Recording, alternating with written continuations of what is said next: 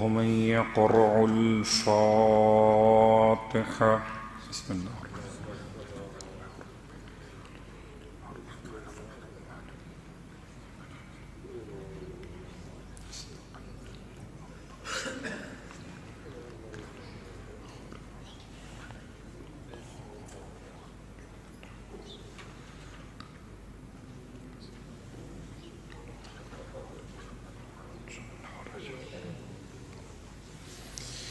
أعوذ بالله من الشيطان اللعين الرجيم بسم الله الرحمن الرحيم الحمد لله رب العالمين الصلاة والسلام على أشرف الأنبياء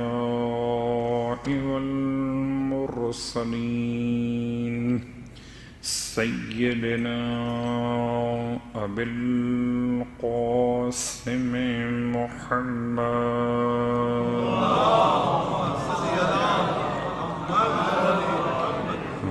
وعلى أهل بيته الطيبين الطاهرين واللعنة الدائمة على أعدائهم أجمعين أما بعد فقد قال الله تبارك وتعالى في كلامه الحميد وفرقانه المجيد قوله الحق وهو أصدق القائلين بسم الله الرحمن الرحيم يا أيها الذين آمنوا كتب عليكم الصيام كما كتب على الذين من قبلكم لعلكم تتقون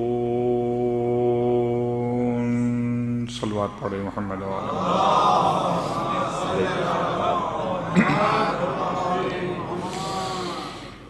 تمام تعریفیں خدائے بزرگ و برتر کے لیے جس کی رحمتوں کے نتیجے میں ماہ رمضان کی قربت نصیب ہو رہی ہے اور تمام ہدیہ درود و سلام منزوات مقدسات کے لیے کہ جن کی تعلیمات کی روشنی میں ماہ رمضان کی عظمت اجاگر ہو رہی ہے الحمدللہ الذی جعلنا من المتمسکین بالقرآن العظیم وجعلنا من المتمسکین بولایت علی ابن ابی طالب علیہ السلام وجعلنا وإياكم إن شاء الله من الطالبين بثأر الحسين مع وليه الإمام المهدي من آل محمد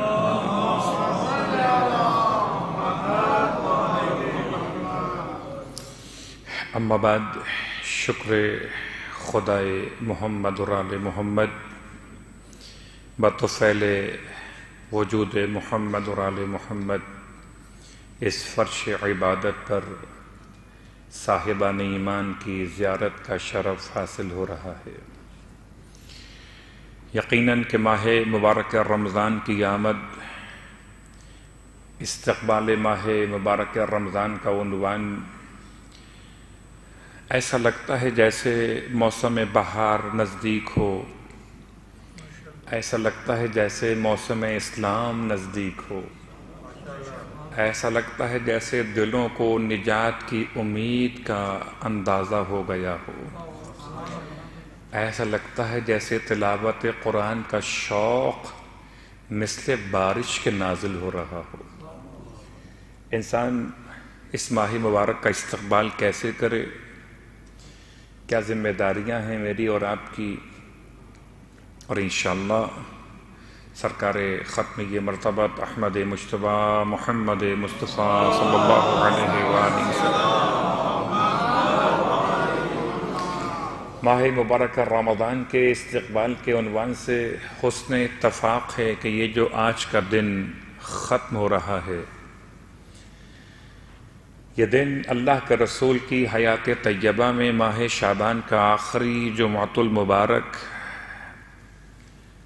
اللہ کے رسول کے حیات ظاہر کے اعتبار سے جو آخری ماہ شعبان کا جمعہ، جس میں اللہ کے رسول نے استقبال ماہ مبارکہ رمضان کے عنوان سے خطبہ ارشاد فرمایا، ہر سال سنا کرتے ہیں، سماعت کیا کرتے ہیں، بالکل ایسی تازگی ہے جیسے انسان روز پانی پیتا ہے مگر پانی میں کہیں بھی اسے قدامت دکھائی نہیں دیتی، روز اسے تازگی محسوس ہوتی ہے، جتنی بار پیتا ہے شکر خدا بھی ادا کرتا ہے، امام حسین علیہ السلام کی پیاس کو یاد بھی کر لیتا ہے، اور امام علیہ السلام کے قاتلوں پر لعنت بھی کیا کرتا ہے کہ ذمہ داری یہ صاحبان ایمان بھی ہے۔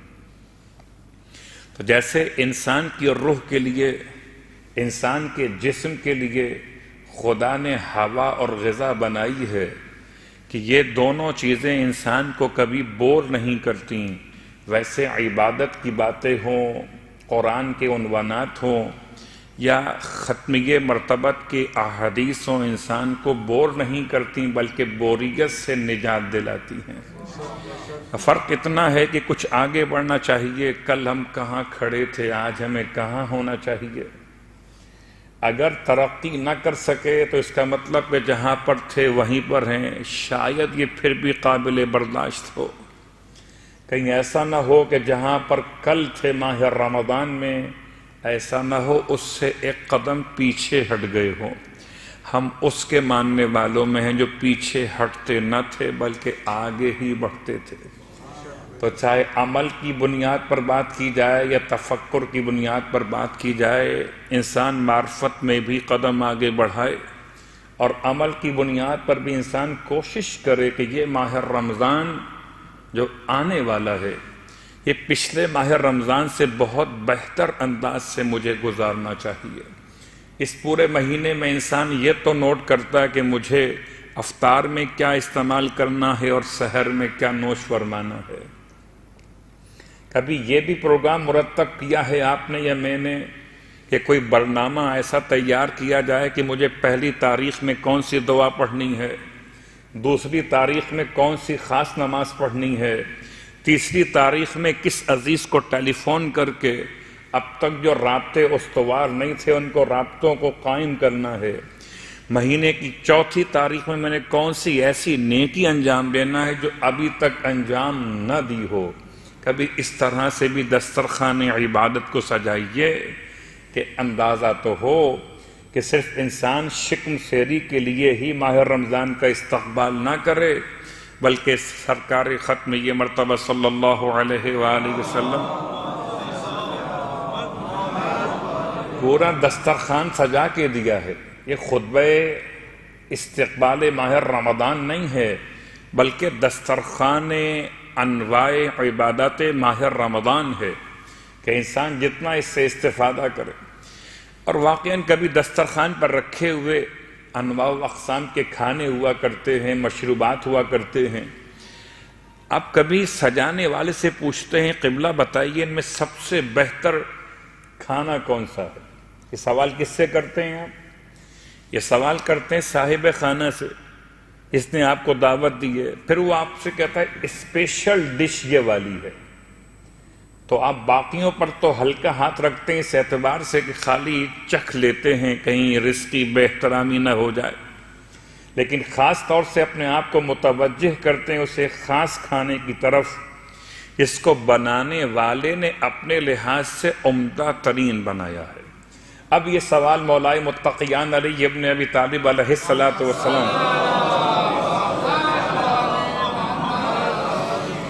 مولا نے سوال کیا، یا رسول اللہ بتائیے افضل اعمال فی ھذا الشہر ای الاعمال، کون سے اعمال میں وہ بہتر عمل ہے جو سب سے افضل کہا جائے۔ دیکھیے سوال اس کا ہے جو اولیاء کا سردار ہے، جواب اس کا جو انبیاء کا سردار ہے۔ اب دو سرداروں کے درمیان گفتگو ہے، ہم جیسے ملازموں کے لیے یہ گفتگو حجت بھی ہے اور دلیل بھی ہے۔ کہ نہ تو اس کے سوا کوئی اور عبادت۔ ٹھیک ہے، انسان سوچ سکتا تھا کہ میں تلاوت قرآن اور تلاوت قرآن کے بعد پھر قیام ماہ رمضان یعنی کہ نمازوں کے لیے قیام کرنا، پھر سوچ سکتا تھا کہ دسترخوان عبادت پر کس عبادت کا انتخاب کروں۔ شاید وہ سوال میں اور آپ کرتے کہ نہ کرتے، وہ سوال میری اور آپ کی جانب سے میرے اور آپ کے مولا نے، مومنوں کے امیر نے اللہ کے رسول سے کر لیا۔ یا رسول اللہ، یہ بتائیے ای الاعمال افضل فی ھذا الشہر، اس پورے مہینے میں سب سے افضل عمل کون سا ہے؟ بہت سارے اعمال ہیں، ہر انسان کی اپنی اپنی کیفیت ہے، مگر کیا کیفیت معصوم ہے؟ اللہ کے رسول نے جواب کتنا خوبصورت دیا۔ میں سمجھتا تھا شاید پیغمبر جواب دیں گے نماز شب افضل ہے، میں سمجھتا تھا شاید پیغمبر جواب دیں گے نماز جعفر طیار بہت افضل ہے، میں سمجھ رہا تھا شاید پیغمبر جواب دیں گے کہ اس مبارک مہینے میں افطار کے وقت میں فلاں دعا پڑھنا بہت افضل ہے۔ کمال طبیعت انسان ختمی مرتبت جو ماہر نفسیات بھی ہیں، ارشاد فرمایا نہ دعا، نہ نماز، نہ سیام، نہ قیام، فرمایا اس مہینے میں افضل عمل الورع عن محارم اللہ۔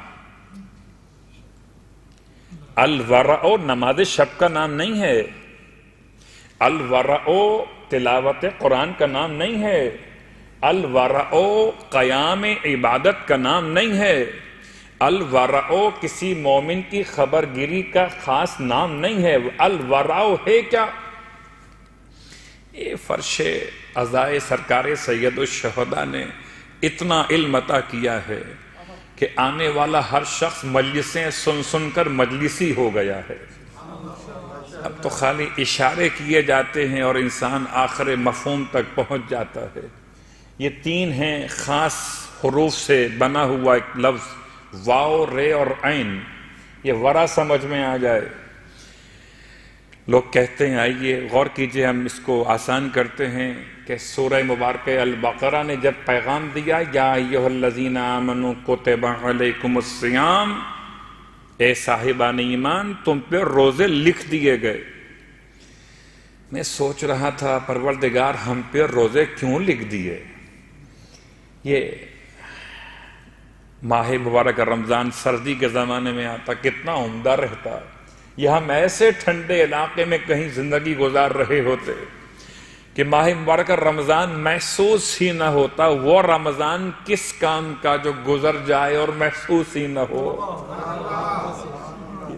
روح پر اثر نہ ہو، تربیت نہ ہو، انسان کے گناہوں کی مغفرت کا انداز نہ ہو۔ لوگ کبھی کبھار کہتے ہیں آج کا روزہ تو ایسے گزر گیا کہ پتہ ہی نہیں چلا کہ روزہ تھا کہ نہیں تھا۔ روکے رہیے، اگر کوئی ایسا جملہ زبان سے ادا کر رہے ہیں تو خیال کیجئے ہو سکتا ہے ایسا روزہ بھوک ہڑتال کا نام نہ ہو جائے کہ انسان کو پتہ ہی نہ چلے کہ آج کا روزہ کیسے ختم ہو گیا۔ اس لیے میری اور آپ کی ذمہ داری ہے کہ روزے کو محسوس کیجئے۔ اپنی ذمہ داری کے اعتبار سے معصوم فرماتے ہیں امام جعفر صادق علیہ السلام،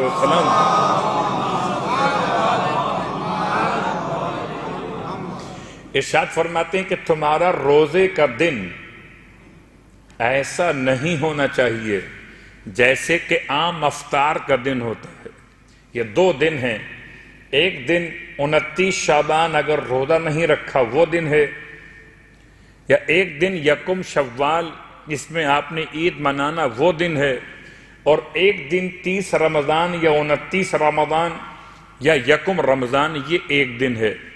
یعنی یا شوال کے مہینے سے کمپیئر کیجئے یا شعبان کے مہینے سے، یعنی 11 مہینوں میں کوئی دن ہو وہ دن اور ماہ رمضان کا ایک دن، دونوں آپس میں برابر نہیں ہونے چاہیے۔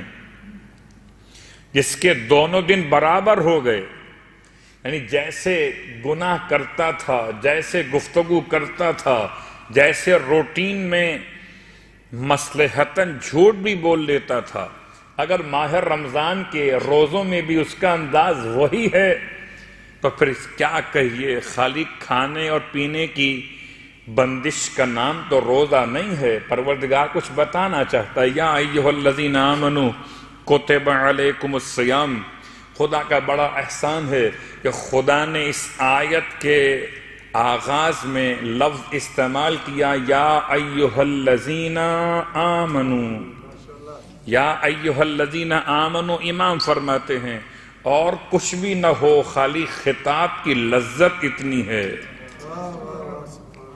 نہیں، ایسے نہیں، غور کیجئے، جب کہیں آپ اجنبی ماحول میں ہوں، جب کہیں کوئی آپ کو جانے بغیر پہچانے بغیر اندازہ لگائے کہ آپ کا چہرہ بڑا حسین و جمیل ہے، آپ کے انداز بڑے خوبصورت ہیں، اور وہ کہے کیا مومن ہیں؟ اجنبی ماحول میں اگر کوئی آپ کو مومن خیال کرے تو آپ کو کتنی خوشی محسوس ہوتی ہے۔ اگر خوف نہ ہو، تقیہ نہ ہو تو لفظ مومن کی خبر سن کر آپ خوش ہو جاتے ہیں۔ اگر کوئی آپ کو بندہ کہے کہ آپ مومن ہیں، آپ خوش ہو جاتے ہیں، اور اگر بندوں کا پروردگار کہے کہ آپ مومن ہیں۔ نعرہ تکبیر، اللہ اکبر، نعرہ رسالت، یا رسول اللہ، نعرہ حیدری، یا آواز اتنا صلوات، اللہم صل علی محمد۔ اتنا بڑا جملہ اعزاز ہے، اور کوئی اور مکتب اس کا عادی ہو کہ نہ ہو، ہمارا مکتب تو اس کا بہت عادی ہے۔ جب بھی کبھی اناؤنسمنٹ کرنا ہو، کوئی ایسا جملہ لائیے کہ اپنے اس طرف آ جائیں، جو اپنے نہ ہوں اس طرف رہ جائیں۔ اگر آپ یہ اعلان کرتے ہیں کہ اہل اسلام سے شرکت کی التماس ہے، تو شاید یہ فرق بڑا مشکل سے واضح ہو کہ کون صاحب اسلام ہے اور صاحب ایمان نہیں ہے، کون صاحب ایمان صاحب اسلام ہونے کے ساتھ ساتھ ہے۔ جب کبھی آپ کو علیحدہ کرنا ہو تو یہ کہہ کر کہ آئیں، تمام انسانوں کو دعوت عام ہے، تو بڑا مشکل ہے فرق کرنا کون اپنا آیا کون پرایا آ گیا ہے۔ جب کبھی اپنے آپ کو الگ کرنا ہو تو ایک ہی اعلان کیا جاتا ہے کہ مومنین سے شرکت کی التماس ہے۔ یاد رکھیے، مومنین سے شرکت کی التماس ہے۔ اگر ہماری محفلوں میں جب دعوت دی جائے تو مومنین کا نام لے کر دعوت دی جاتی ہے، تو ماہ رمضان کو اپنا سمجھیے۔ اس کا تعلق کسی اور سے ہو کہ نہ ہو، آپ سے اس کا تعلق ختم نہیں ہو سکتا کہ خدا نے یہ تعلق جوڑ دیا ہے۔ خالی جملہ کافی ہے۔ ماہ رمضان کی تاریخ کے عنوان سے حضرت نوح علیہ السلام نے 150 دن روزے رکھے تھے۔ جب کشتی نجات، جب وہ آپ نے تمام صاحبان ایمان کی نجات کے لیے خدا کی طرف سے کشتی بنائی، تو کشتی کی کامیابی کے لیے آپ نے 150 دن روزے رکھے۔ حضرت موسیٰ علیہ السلام سال میں 30 دن کے روزے رکھا کرتے تھے، یا اس کے سوا حضرت داؤد علیہ السلام اپنے پورے سال بھر میں ایسے روزے رکھا کرتے تھے کہ ایک دن افطار ایک دن روزہ، ایک دن افطار ایک دن روزہ، پورے سال۔ اپنی شریعت کے اعتبار سے خدا نے بڑا احسان کیا کہ اس سے پہلے روزے امت کے لیے تھے، مگر امت کے لیے روزے رمضان میں نہیں تھے۔ رمضان میں روزے صرف انبیاء کے لیے تھے۔ خدا نے بڑا احسان کیا کہ اس امت کو انبیاء کی عبادت سے متصف کر دیا ہے، کہ اب نبی ہونا لازم نہیں ہے، تم اگر محمد کے امتی ہو جاؤ تو ماہ رمضان تمہارے لیے روزوں کا مہینہ قرار پائے۔ صلوات پڑھے محمد و آل محمد۔ یہ جملے اس لیے بیان کیے جاتے ہیں کہ توانائیاں ذرا سی بہتر ہو جائیں، انسان آمادہ ہو جائے کہ عبادت یہ میرے لیے باعث افتخار ہے۔ ماہ رمضان باعث شرف ہے، باعث ندامت نہیں ہے۔ باعث پریشانی نہیں ہے، کل سے کیا ہوگا۔ ایسا نہ ہو کہ لوگ یہ دعا مانگ رہے ہوں کہ خدا کرے چاند کا اعلان نہ ہو تو ایک دن اور بڑھ جائے معاملہ، دعا کیجئے۔ اس لیے معصوم فرماتے ہیں اگر تمہیں خبر ہو جائے کہ ماہ رمضان میں کیا نعمتیں پوشیدہ ہیں تو تم خدا سے دعا کرنے لگو کہ پورا زمانہ ہی رمضان ہو جائے۔ اگر معلوم ہو جائے یا خاص جملہ امام سید سجاد علیہ السلام کا ارشاد فرماتے ہیں ماہ رمضان کو امام نے اولیاء خدا کی عید قرار دیا ہے۔ انشاءاللہ آج خاص اہتمام کیا جانے والا ہے کہ ہم اس درس کے ساتھ نماز قضاء عمری کی جماعت کے ساتھ امام سید سجاد علیہ السلام کی دعا استقبال ماہ رمضان۔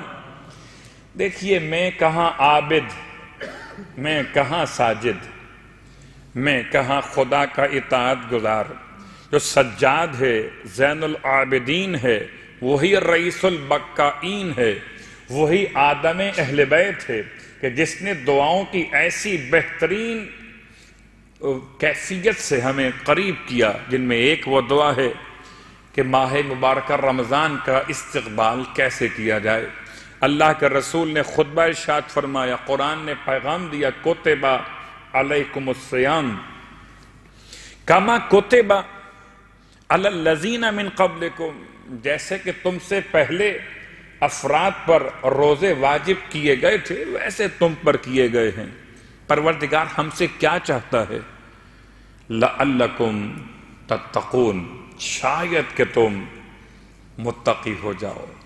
قرآن کہتا ہے روزے اس لیے کہ شاید کہ تم متقی ہو جاؤ، اور اللہ رسول فرماتے ہیں اس پورے مہینے میں افضل ترین عمل الورع عن محارم اللہ۔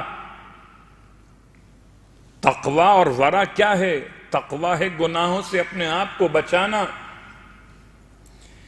اور گناہوں سے بچانا مشکل ضرور ہے مگر ناممکن نہیں ہے۔ طلب تو ہوتی ہے، انسان پہچان لے کہ روز پانی پینے والا، روز کھانا کھانے والا اچانک کھانا اور پانی چھوڑ دے، جبکہ کھانا بھی حلال ہو، حرام غذا نہ ہو، پانی بھی حلال غذا کے طور پر ہو، حرام مشروب نہ ہو، پھر بھی چھوڑ دے تو کوئی تو طاقت ہے جس کے سامنے انسان اگر نیت کر لے قربتاً الی اللہ تو کھانا بھی چھوڑ سکتا ہے اور پانی بھی چھوڑ سکتا ہے۔ اگر کوئی بندہ خدا اتنا مضبوط ارادے کا مالک ہے کہ اپنے رب کے لیے کھانا بھی چھوڑ سکتا ہے، پانی بھی چھوڑ سکتا ہے، تو غیبت بھی چھوڑ سکتا ہے، تہمت بھی چھوڑ سکتا ہے، غنا بھی چھوڑ سکتا ہے، زنا بھی چھوڑ سکتا ہے، رشوت بھی چھوڑ سکتا ہے، سود کے معاملات بھی چھوڑ سکتا ہے اگر ارادہ کرے قربتاً۔ کوئی تو طاقت ہے جو انسان کو یہ بات سمجھانے کے لیے پورے 11 مہینے شاید مجھے اپنی طاقت کا اندازہ نہیں تھا کہ میں کیا کر سکتا، بلکہ الفاظ کو بدل لیتا ہوں کہ میں کیا چھوڑ سکتا ہوں، کیا کر سکتا ہوں تو اور بات ہے۔ ماہ رمضان یا روزہ واحد عبادت ہے جس میں کچھ کیا نہیں جاتا، بلکہ کچھ نہ کرنے کا نام روزہ ہے۔ کہہ سکتے ہیں سمجھانے کے لیے، حقیقتاً کچھ نہ کرنا انسان کو سکھاتا ہے کہ کتب علیکم الصیام کما کتب علی الذین من قبلکم لعلکم تتقون، متقی ہو جاؤ۔ لیکن پیغمبر اکرم صلی اللہ علیہ وآلہ وسلم کا فرمان الورع عن محارم اللہ، یہ کیا ہے؟ خدا کے حرام کیے ہوں سے ورع اختیار کرنا، یعنی جہاں پر انسان کو یقین نہ ہو، صرف گمان ہو، ایک گناہ چھوڑ دینا، ایک گناہ کے قریب نہ جانا۔ چلیے مثال کو آسان کر لیتے ہیں۔ کبھی کبھی آپ نے دیکھا ہے کہ رستے میں کہیں تعمیراتی کام جاری ہو تو جہاں اسلحے گڑھا ہے، جہاں حفریات ہیں، جہاں ڈیپ میں زمین کھودی گئی ہے، وہاں تو جانا موت کو دعوت دینا ہے انسان کا، بغیر حفاظتی تدابیر کے، اس سے پہلے تھوڑی سی جگہ اور چھوڑ کر ایک ایسی علامت لگائی جاتی ہے کہ جہاں سے انسان اس پہ گڑھے کے پاس جانے سے پہلے اس مقام پر آ کر رک جائے۔ لائٹس لگی ہوئی ہیں، ایسے بیریئر لگا دیے گئے ہیں کہ آپ اس کے قریب مت آئیے، یہاں حفریات ہیں، گڑھے کھودے گئے ہیں، یا دیوار بنا دی گئی ہے۔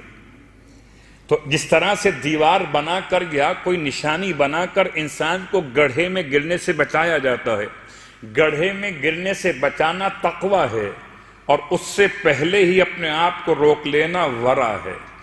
اللہ کے رسول چاہتے ہیں کہ ماہ مبارکہ رمضان میں انسان گناہ تو بہت دور ہے، ارادہ گناہ سے بھی اپنے آپ کو بچائے، یہ سب سے افضل ہے۔ کیسے ممکن ہوگا؟ ممکن کیسے ہوگا؟ میرے اور آپ کے ذہن میں ہر وقت کوئی نہ کوئی بات تو چلتی رہتی ہے۔ ابھی آپ بیٹھے ہوئے ہیں، میں یقین سے کہہ سکتا ہوں آپ کے ذہن میں کوئی نہ کوئی بات تو چل رہی ہے۔ اب چاہے مجلس سے متعلق ہو، گھر سے متعلق ہو، کل کی جاب سے متعلق ہو، یا اپنے معاملات سے کوئی نہ کوئی بات ذہن میں رہتی ہے۔ لیکن اگر انسان یہ توجہ کرے کہ معصوم فرماتے ہیں کہ تم اپنے ذہن کو خالی مت رکھو بلکہ نیک عمل کا ارادہ ساتھ میں رکھو۔ جب نیک عمل کا ارادہ رہے گا تو برے عمل کا ارادہ ذہن میں داخل ہی نہ ہونے پائے گا۔ جب تک مکان خالی ہو قبضے کا خطرہ رہتا ہے، تو اپنے دل و دماغ کے مکان میں نیکی کے ارادے کو جگہ دیجئے تاکہ برائی کا ارادہ اس میں قیام پذیر ہونے ہی نہ پائے۔ اس سے پہلے کہ آپ کسی مومن کے بارے میں سوء ظن کریں، برا گمان کریں، اچھے گمان کو جگہ دیجئے کہ یہ بھی مولا کا ماننے والا ہے اور میں بھی مولا کا ماننے والا ہوں۔ جب اچھے گمان کو اور اچھے اعمال کی نیت کو جگہ دیتے رہیں گے تو برے اعمال اور برے گمان کی نیتیں ذہن میں جگہ بنانے ہی نہ پائیں گی۔ اب چاہے انسان نماز پڑھ سکے نہ پڑھ سکے، مگر نماز کا ارادہ ہمیشہ رکھے۔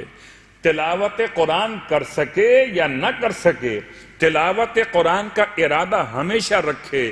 اپنے عزیزوں کو ٹیلی فون کر کے رابطہ کر سکے یا نہ کر سکے، مگر رابطے کا ارادہ ضرور رکھے کہ ذہن میں رہے کہ مجھے رابطہ کرنا چاہیے۔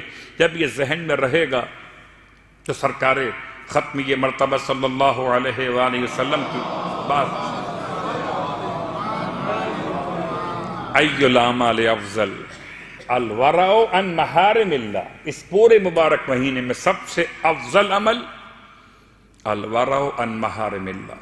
اور چونکہ ماہ مبارک رمضان کے استقبال میں یہ بات ہمیشہ بیان کی جاتی رہی کہ انسان روزوں سے استقبال کرے، صرف روزوں سے نہیں بلکہ دعاؤں سے بھی، اور صرف دعاؤں سے نہیں بلکہ تلاوت قرآن سے بھی، اور تلاوت قرآن سے ہی نہیں بلکہ اپنے اعزاء اور احباب سے ملاقات کر کے جو ان کے حقوق باقی ہوں ان کو ادا کر کے۔ بروایت امام رضا علیہ السلام انسان استقبال رمضان کس طرح کرے۔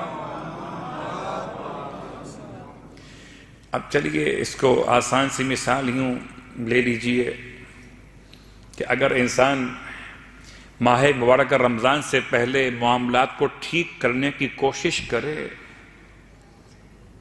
مثال کیا ہونی چاہیے؟ اگر آپ نے کسی مقام پر اپنی گاڑی چلاتے ہوئے رائٹ پر مڑنا ہے تو رائٹ خاص موڑ آنے سے پہلے آپ انڈیکیٹر دیتے ہیں کہ آپ کو رائٹ پر جانا ہے، رائٹ پر جانا ہے، رائٹ پر جانا، تاکہ پیچھے والے آپ کو دیکھ لیں کہ آپ نے سیدھے ہاتھ پر مڑنا ہے۔ یہ آپ نے پہلے سے انڈیکیٹر کیوں دے دیا ہے کہ رائٹ پہ آپ کو مڑنا تھا، کہ راستہ آپ کے لیے آسان ہو، اوروں کی زحمت نہ ہو۔ ماہ مبارک رمضان میں داخل ہونے سے پہلے عبادتوں کے انڈیکیٹر کو آن کر دیجئے کہ شیطان پہچان لے یہ ہمارے والے نہیں ہیں، یہ تو علی والے ہیں۔ ایسا نہ ہو کہ انسان عبادتوں کے اس موسم میں 10 دن گزر جائیں پھر خیال آئے کہ اچھا اب مجھے کچھ نیک کام کرنے چاہیے۔ اس لیے معصوم نے خاص طور سے اللہ کا رسول جب یہ ماہ مبارک یا رمضان کا استقبال کیا کرتے تھے تو آپ خدا سے ایک دعا کیا کرتے تھے. وہ دعا کیا تھی؟ اس کے خلاصے، اس کا تمام تر عنوان کیا تھا؟ اللہم احلہ یا احلہ، پروردگار ماہ مبارکہ رمضان کا جو ہلال ہے، جو چاند ہے، اس چاند کو کیسا قرار دے؟ بالامن والامان. دو باتیں. پہلی بات امن اور امان. ہر ایک مومن کی آرزو یہی ہے کہ انسان کے لیے امن و امان پیدا ہو جائے. ماہ مبارکہ رمضان امن کا مہینہ ہو، امان کا مہینہ ہو. پروردگار اس چاند کو امن کی علامت بنا دے، اس چاند کو امان کا ذریعہ قرار دے، اس چاند کو پروردگار بھرپور عافیت کا مہینہ قرار دے. اللہ کا رسول چاند کو دیکھ کر دعا مانگ رہے ہیں. ماہ مبارکہ رمضان کا استقبال اور آپ کی دعائے ہلال ماہ رمضان. پھر ارشاد فرماتے ہیں کہ پروردگار اس پورے ماہ مبارک کے چاند کو ایسا قرار دے کہ وسعت رزق کا ذریعہ بنا دے. پروردگار اس پورے ماہ مبارک رمضان کے چاند کو اس بات کی علامت قرار دے دفع الاسقام. جتنی بیماریاں ہیں سب کے سب اس چاند کی برکت سے دور ہو جائیں. یعنی یہ چاند رمضان کا نہ ہو بلکہ صحت کا چاند ہو. یہ چاند رمضان کا نہ ہو بلکہ عافیت کا چاند ہو. یہ چاند رمضان کا نہ ہو بلکہ رزق میں وسعت کا چاند ہو.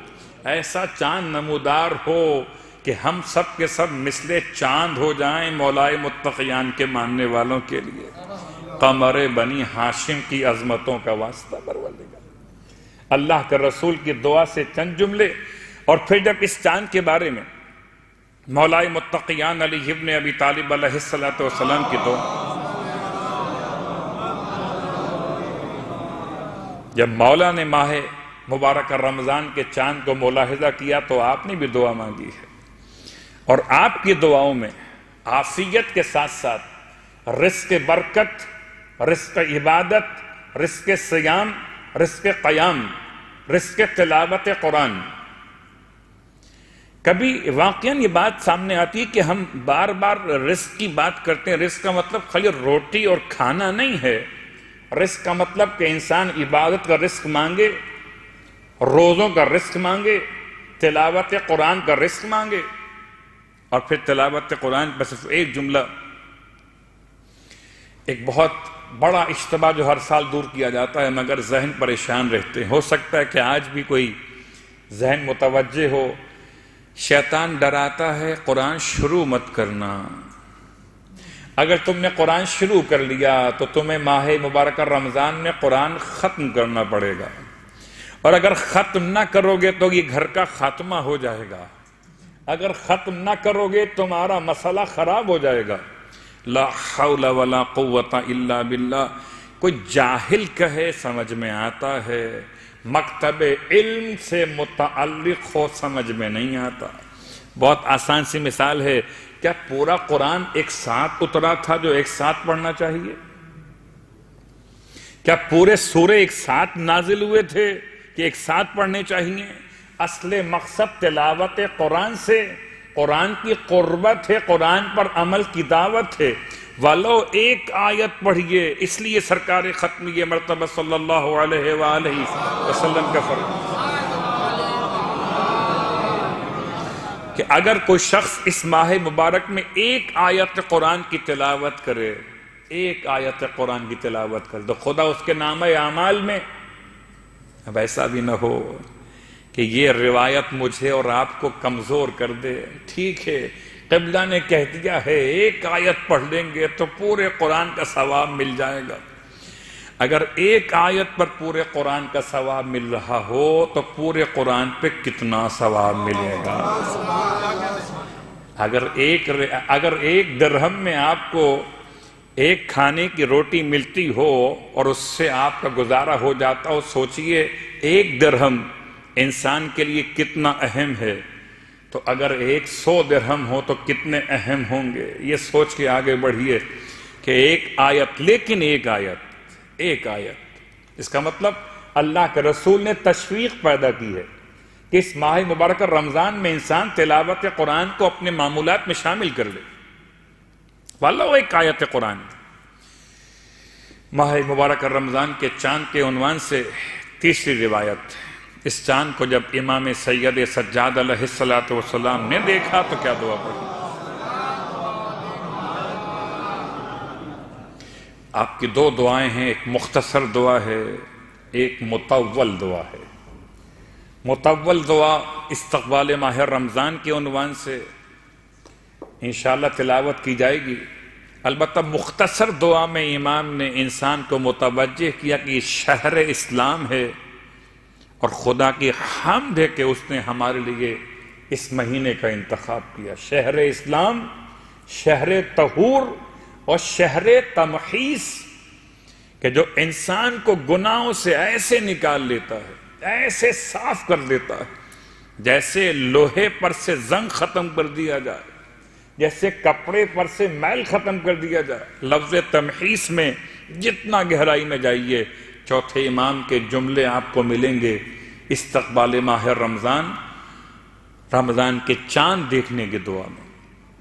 اس کے بعد دعا امام جعفر صادق علیہ السلام کی بارگاہ مقدس.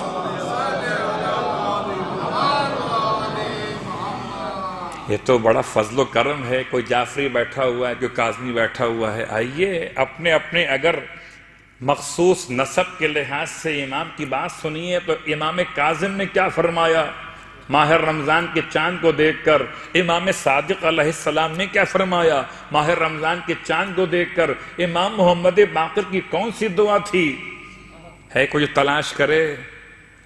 اس طرح تلاش کرتے ہو پورے اس UAE کے اندر کہاں کاظمی صاحب ملیں گے، کہاں نقوی صاحب ملیں گے اور کہاں جعفری صاحب ملیں گے، تو کیوں نہ ائمہ کی دعاؤں میں کوئی ایک جملہ تو تلاش کیجئے. اور ہر معصوم نے اپنے زمانے کے اعتبار سے جیسے آپ کے پاس افراد موجود تھے ویسے انداز سے دعا مانگ کر صاحبان ایمان کو ماہ مبارک رمضان کے استقبال کی ترغیب دی ہے.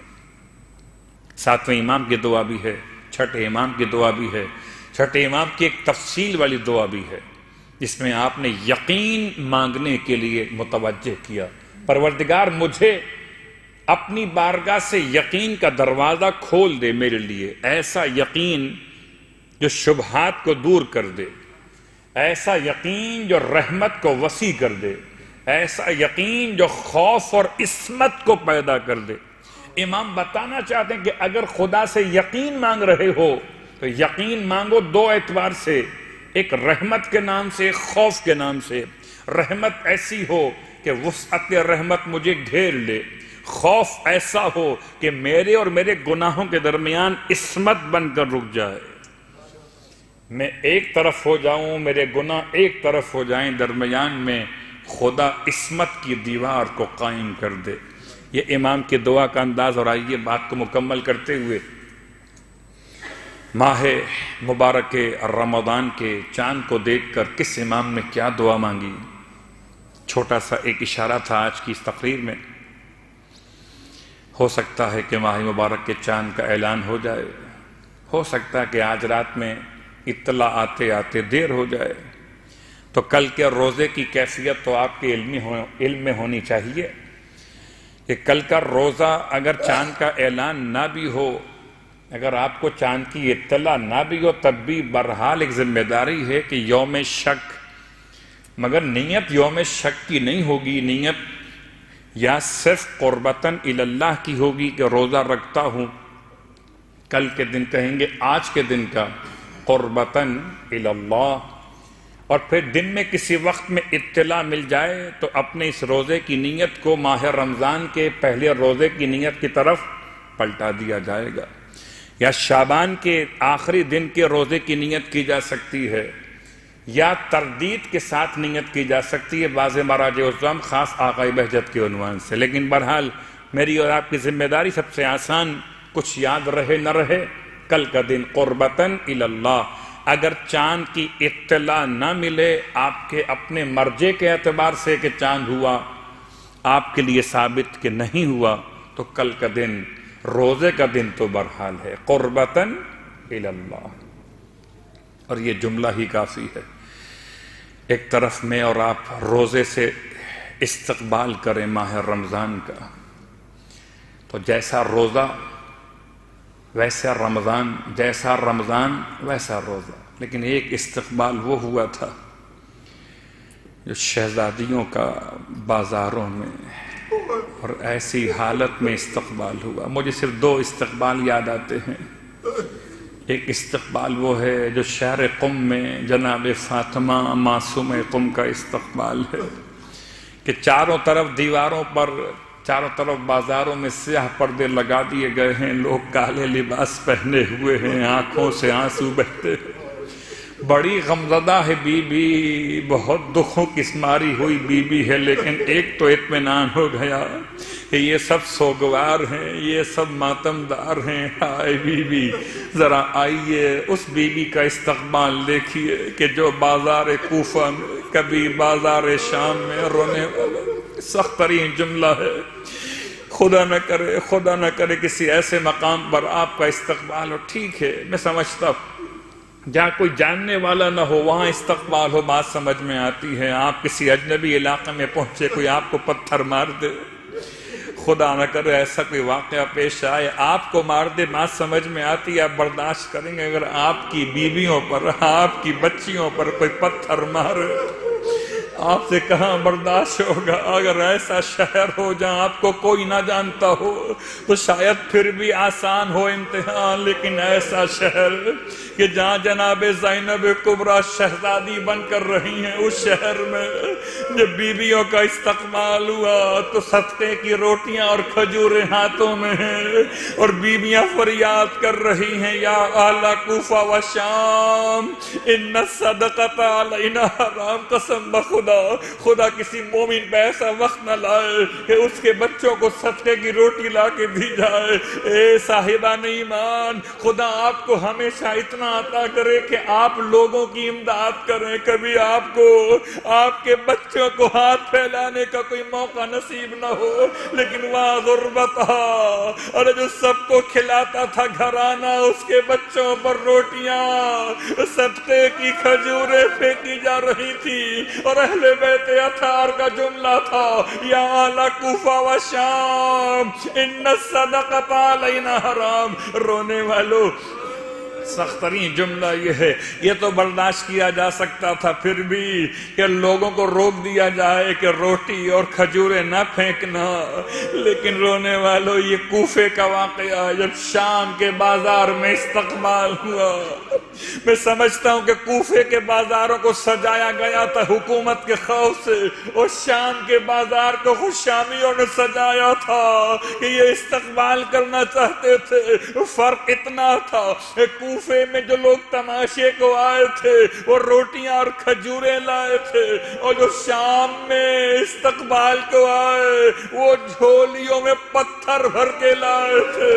ارے کوئی بیویوں کو مارتا تھا، کوئی سر حسین کا نشانہ لیتا تھا، ہائے حسین، ہائے اسیران۔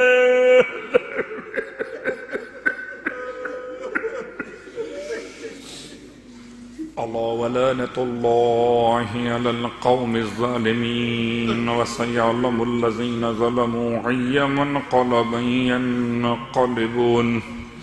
پار اللہ واسطہ محمد و آل محمد کا، پروردگار جو آنکھوں میں اشک عزائے زینب آ گئے، سکینہ کی یتیمی کا خیال آ گیا، بیویوں کے بازار میں اس کیفیت سے گزرنے کا خیال آ گیا، پروردگار روح تڑپ گئی۔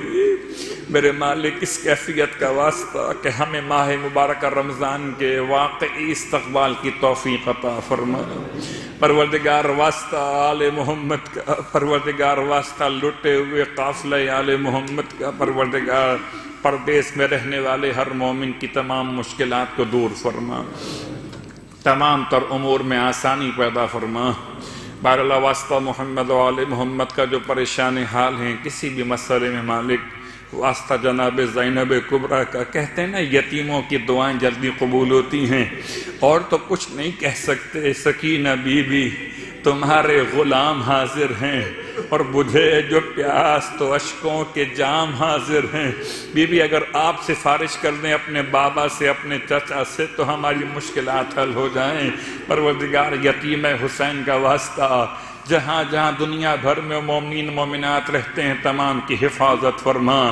اگر کوئی یتیم بچے ہیں مالک صاحبان ایمان کے، جہاں لوگ یتیم ہو گئے مالک ان کا تحفظ فرما، تمام شہداء کے درجات بلند فرما۔ بار اللہ واسطہ محمد و آل محمد کا ہم سب کو مرنے سے پہلے کربلا معلی کی زیارت نصیب فرما، مرنے کے بعد کربلا والوں کی شفاعت نصیب فرما، جنت میں کربلا والوں کے قدموں میں غلاموں کو جگہ نصیب فرما، امام زمانہ علیہ السلام کے ظہور میں تعجیل فرما، اور ہم سب کو امام علیہ السلام کے ادنا ترین خدمت گزاروں میں شامل فرما۔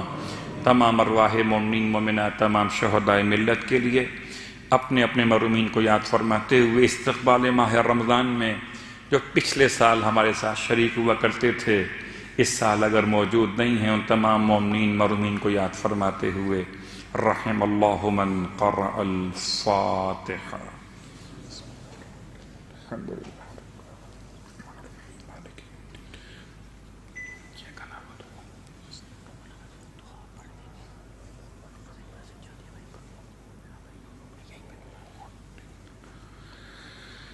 ربنا تقبل منا انك انت السميع العليم بجاه محمد وآله المعصومين برحمتك يا ارحم الراحمين اللهم صل